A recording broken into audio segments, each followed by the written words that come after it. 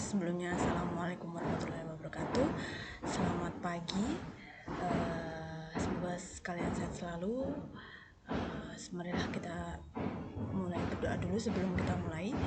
Berdoa dengan keyakinan masing-masing. Berdoa mulai. Cukup? Oke.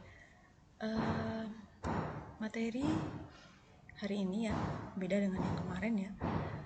Silakan nanti yang masuk silakan langsung komentarnya di live komentar ya, sekaligus absen juga, absen nama dan kelas. Jangan lupa nanti ditulis ya namanya dan kelasnya, sekaligus kalau ada yang mau ditanyakan boleh di kolom komentar maupun nanti di WA langsung WA saya. Nanti semuanya nanti boleh, atau di GP kelas boleh nanti sekaligus ngumpulin tugasnya. Oke, marilah kita buka dulu dengan bacaan Bismillah dulu. Cukup? Oke, mari kita mulai ya. Yang minggu kemarin kita bahas mengenai yang minggu kemarin tentang sebentar. Kemarin ada yang sudah, apakah sudah ada yang ngumpul tugas atau belum ya? Ini kan memang ada yang ya istilahnya Bu masih belum ngumpul tugas, Bu masih ya istilahnya belum semuanya ya. Kalau yang kemarin kita bahas namanya nilai-nilai Pancasila dalam praktik penyelenggaraan negara seperti apa gitu. Nah, kita bahas itu nanti ada kaitannya di dalam Undang-Undang NRI yang bab ini ya, bab terakhir ini ya. Nah, jadi nanti ini insya Allah adalah bab 4, nantinya adalah bab terakhir untuk bahan UTS. Nah, bahan UTS-nya itu dari bab 1 sampai bab 4. Jadi tolong gimana caranya kalian, entah itu dari absen, entah dari tugas awal, ya tolong diperbaiki lagi seperti apa ya. Jangan sampai ketika memang absen awal sampai sebelum UTS pun tidak nongol dan tidak ada pemberitahuan, tidak ada info bahwa saya tidak mengikuti kelas karena ada kendala kuota sinyal atau apa ya, segera hubungin ya, karena nanti di sini semua direkap nanti siapa aja yang nggak pernah absen, nggak pernah masuk, nggak pernah ngerjain tugas. Oke, ini nanti saya akan nyoba ya. Ini ya judulnya adalah ketentuan UUD ya. Nah, UUD ini kan UUD. Sebentar. Oke.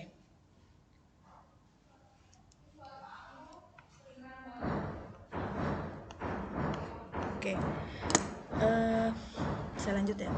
Jadi ketentuan UUD ya seperti apa gitu ya.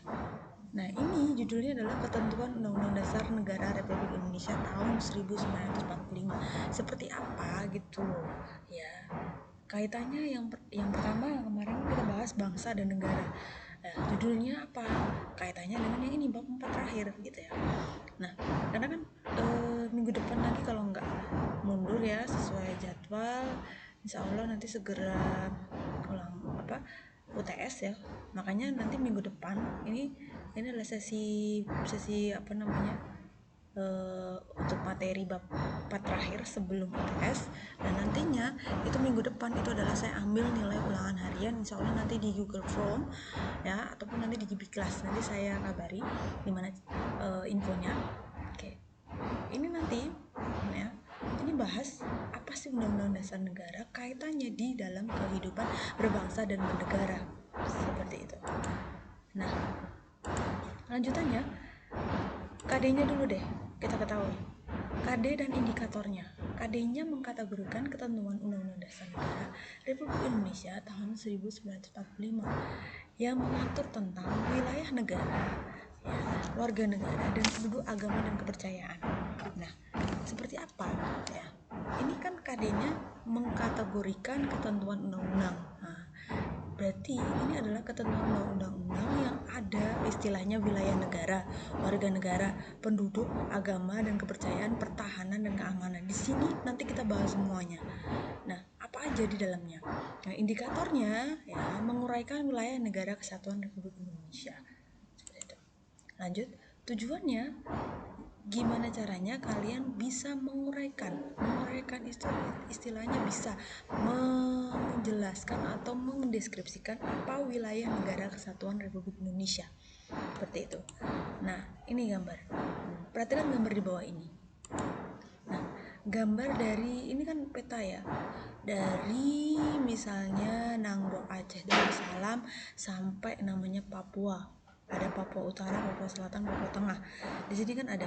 Nah, kita di posisinya di sini, di Jogja. Paling kecil sendiri. Ini enggak sih, palingnya di sini kecil ya, di sini ya. Nah, Pulau Jawa di sini ya, gitu.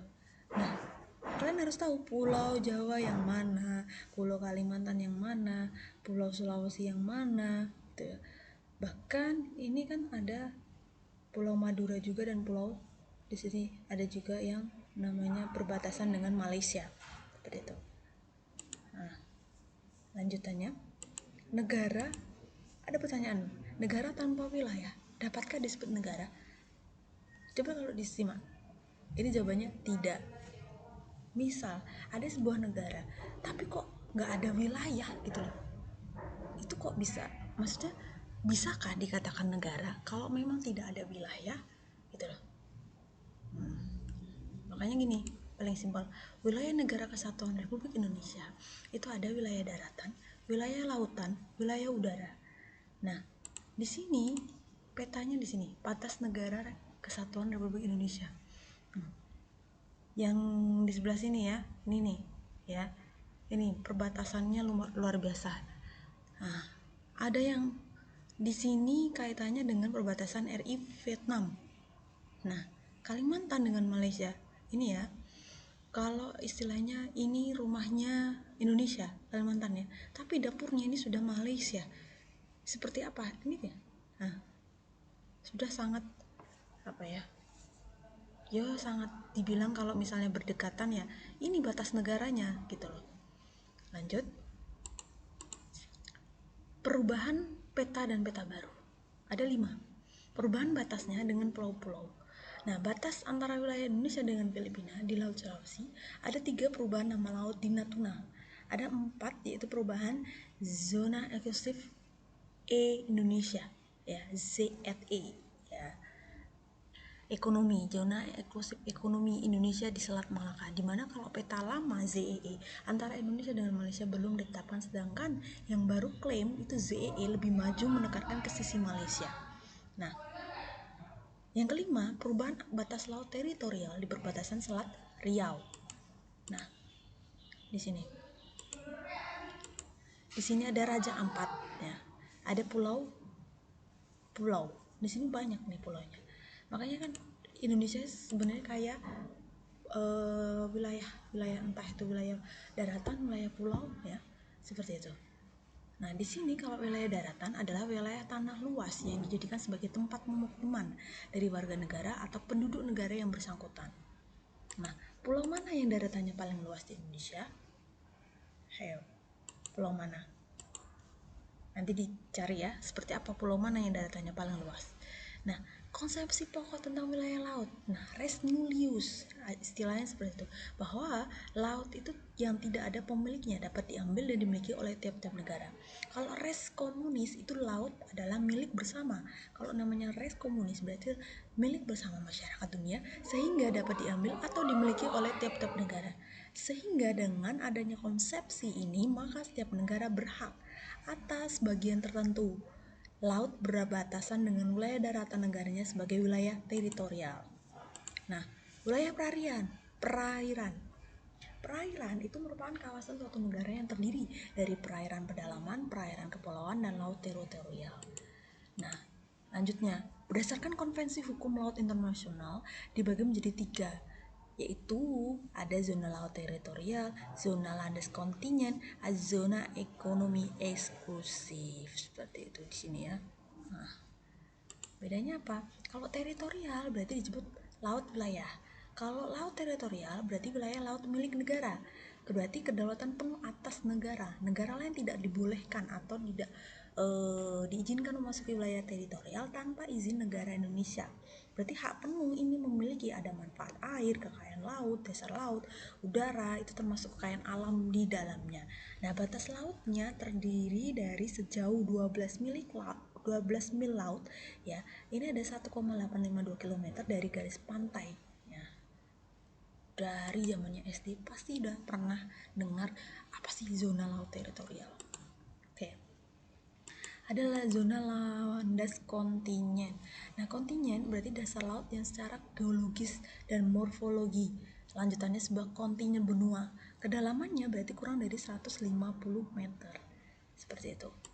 Nah, ZEE berarti adalah daerah-daerah yang berbatasan dengan laut, ya. Dengan laut seperti sebelah selatan Pulau Jawa, sebelah barat Pulau Sumatera berbatasan langsung dengan Samudra Hindia, Maluku Utara, dengan Samudra Pasifik. Nah, ZE itu sejauh dari 200 mil laut dari garis pantai yang paling menjorok ke laut. Nah, ini apa yang mempunyai istilahnya mempunyai yuridiksi. Ya, yuridiksi adalah hak, ya, mempunyai hak dan yuridiksi. Yuridiksi itu adalah hukum. Seperti itu.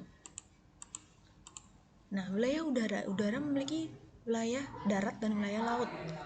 Nah, ada batas wilayah negara, yaitu berbatasan dengan siapa? Negara Indonesia. Ada Malaysia, ada Vietnam, ada Filipina, ada Thailand gitu ya. Nah, seperti itu. Batas wilayah negara kesatuan Republik Indonesia. Nah, sebelah barat ya, berbatasan dengan negara siapa gitu ya. Barat itu berbatasan dengan Samudra Hindia dan perairan negara India. Berarti wilayah India, Pulau Ronde di Aceh dan Pulau Nicobar di India. Seperti itu. Nah, batas wilayah yang satunya sebelah timur. Nah, sebelah timur itu berbatasan dengan Papua Nugini dan perairan Samudra Pasifik, ya. Nah, di sini ada wilayah Papua Nugini, baratnya Fly dan Sandaun, daerah situ ya. Seperti itu. Nah, ini sebelah selatan itu dengan Timor Leste. Sekarang pertanyaannya, berapa jumlah negara yang berbatasan langsung dengan wilayah daratan dan lautan Indonesia? Ya, ini mapnya. Banyak kan ini negara-negara yang masih terbilang ada yang sudah kayak Brunei Darussalam, Singapura, Malaysia, Vietnam, Kamboja, bahkan ini adalah negara-negara yang besar gitu, yang sudah maju gitu. Nah, pertanyaannya, mengapa perlu batas suatu wilayah? Ya, batas wilayah itu sangat penting. Kok bisa dikatakan perlu? Karena penting gitu bagi keamanan dan kedaulatan suatu negara dalam segala bentuk, baik pemanfaatan kekayaan alam, baik darat maupun lautnya, seperti itu. Lanjut. Nah, pembatasan wilayah. Ada faktor dari luar, yaitu national crime, ada trading, rawang ilegal, trafficking, fishing, logging. Ini faktor dari luar. Nah, ada orang kenapa kok bisa sampai menjadi negara yang rawan gitu, ya, karena ada beberapa faktor seperti itu. Nah, kalau faktor dari dalam itu kurangnya sarana prasarana infrastruktur dan tingkat pendidikan sumber daya manusia yang masih rendah, seperti itu. Oke, ini tugas kelompok ya. Ini saya ganti ya. Ini karena ini apa ya?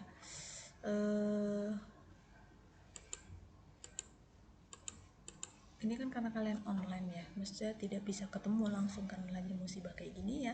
Memang saya tuh kan kalau di pembelajaran biasa ada tugas kelompok dan ada tugas individu.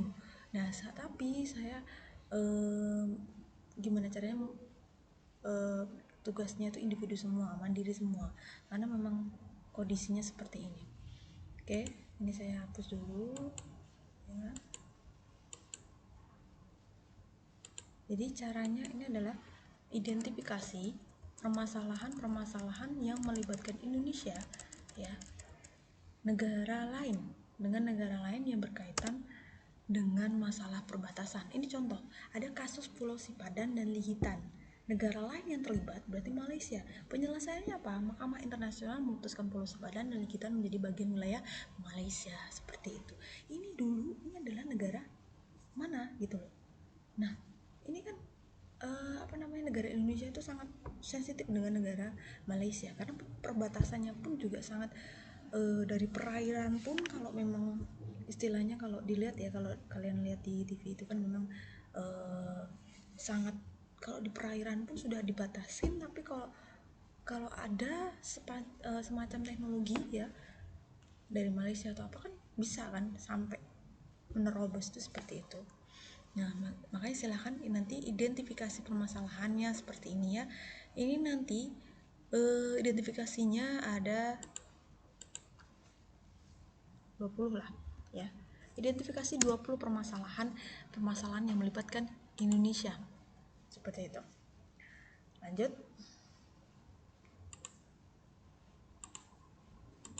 Persamaan kedudukan warga negara. Nah, ini KD-nya. Ini kan beda lagi. Kalau kedudukan warga negara, ini kan ada KD di dalam babnya ketentuan. Nah, ini bahas kedudukan warga negara seperti apa. Nah, ini nanti bisa mendeskripsikan, menganalisis, menghargai. Seperti itu. Ingat, ini namanya warga negara ataupun masyarakat itu kita saling menghargai, mengakui persamaan derajat gitu. Entah itu dari golongan, ya istilahnya golongan golongan atas, bawah maupun golongan yang paling bawah, seperti itu. Nah, kedudukan warga negara dan pewarganegaraan. Nah, ini penduduk ya. Penduduk ini memiliki warga negara dan bukan warga negara. Nah, warga negara ini yang asli keturunan asli ya, asli bisa, warga negara itu bisa asli, bisa keturunan asing, bisa pewarganegaraan atau naturalisasi. Seperti itu. Naturalisasi ini nanti kita bahas. Bukan warga negara seperti itu. Ada yang bukan warga negara. Nah, warga negara orang yang memiliki kedudukan resmi sebagai anggota penuh. Kalau bukan berarti orang yang untuk sementara, berarti orang yang sementara tempat tinggalnya di Indonesia, berarti itu orang bukan warga negara atau orang asing. Nah, apa perbedaan hak dan kewajiban antara warga negara dengan bukan warga negara? Apa? Kalau pewarganegaraan naturalisasi, ini ya nanti pertanyaan ini nanti dibahas. Nanti ini ya. Dijawab di GB kelas ya. Nah, ini nanti dijawabnya di GB kelas juga.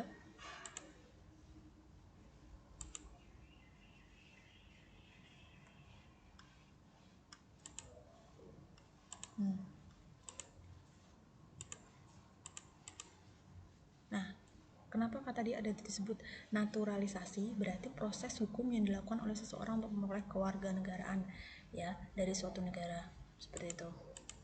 Nah, asasnya ada apa aja? Ada ius soli, ada ius sanguinis gitu ya. Di situ ada. Nah, kasus 1, misal contoh. Seorang yang dilahirkan di negara A, maka yang menjadi warga negara A walaupun orang tuanya warga negara B. Berarti negara menganut asas kewarganegaraan. Nah, silakan dijawab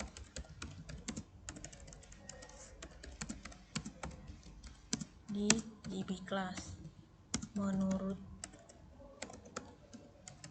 kalian seperti apa?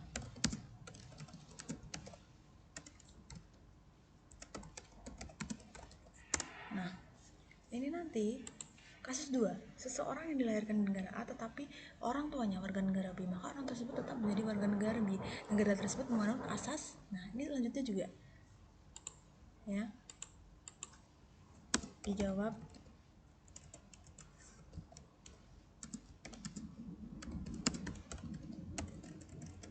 di GP kelas juga. Nah, ini kasus 3, seorang keturunan bangsa A atau ius soli lahirnya di negara B atau ius sanguinis, statusnya apa? Seperti itu. Nah, kasus 4, ada seseorang keturunan ius sanguinis lahir di. Nah, ini nanti dikerjakan ya gimana caranya, ada kasus 1 sampai kasus 4 seperti itu. Nah, untuk menentukan kewarganegaraan itu ada macam stelsel. Apa sih stelsel? Dan di sini stelsel pasif dan aktif di situ ada. Terus nanti ada seperti apa naturalisasi itu, proses hukumnya seperti apa gitu. Nah, ada naturalisasi biasa. Nih, Naturalisasi biasa ini persyaratannya seperti ini. Nah, ini nanti ada luar biasa, beda dengan yang tadi biasa. Nah, warga negara ini berarti disimpulkan adalah memiliki kedudukan resmi yang sebagai anggota penuh, seperti itu. Nah, ini nanti tugasnya adalah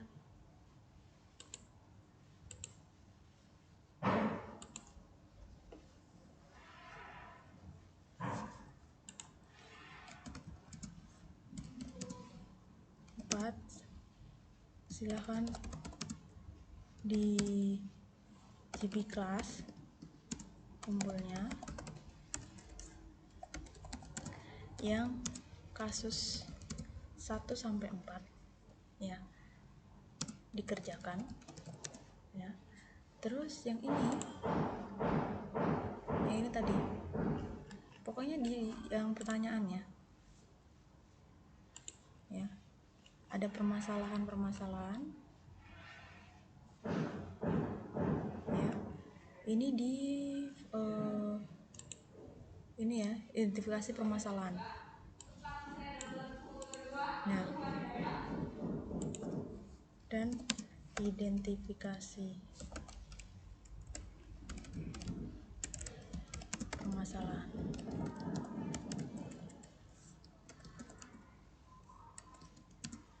ya.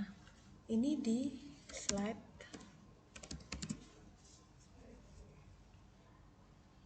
kalau kasus 1 itu dari kasus 37 sampai kasus 1 sampai 4 ini di slide 36 ya. Ini 37 ya. 37 sampai 37, 38, 39, 40. Nah, ini nanti itu dikerjakan dan diidentifikasi itu permasalahan di slide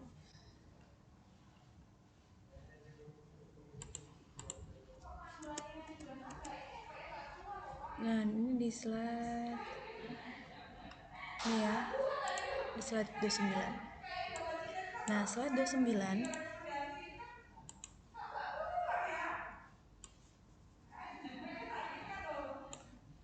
ini saya copy dulu.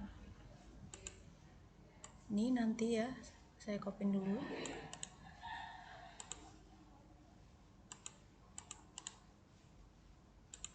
Nah,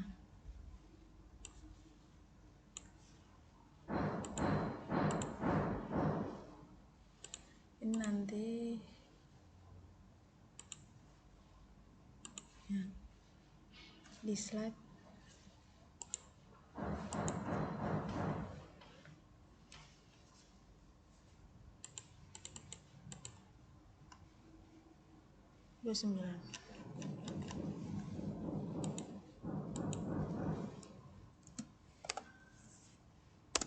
Oke, tulis 20 ya.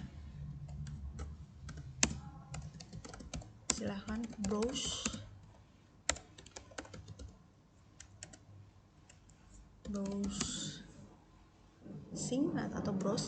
browsing di Google atau di koran yang terbaru boleh. Oke. Ini ya tugasnya ya, dikerjakan dan diidentifikasi permasalahan di slide 29. Tulis 20 masalah, silahkan browse di Google atau di koran yang terbaru boleh. Tugas keempat silahkan di GP class kumpulnya yang kasus 1 sampai 4. Slide-nya di 37 sampai 40. Oke, nanti kurang lebihnya kalau ada yang tanya silahkan di WA. Kalau ada salah kata saya minta maaf. Yang memang belum sama sekali tidak ikut dari awal segera ya dirubah gimana caranya ya, karena ini udah mau UTS, silahkan diperbaiki. Oke, cukup sekian. Tetap jaga kesehatan, tetap semangat belajar. Sekian, wassalamualaikum warahmatullahi wabarakatuh.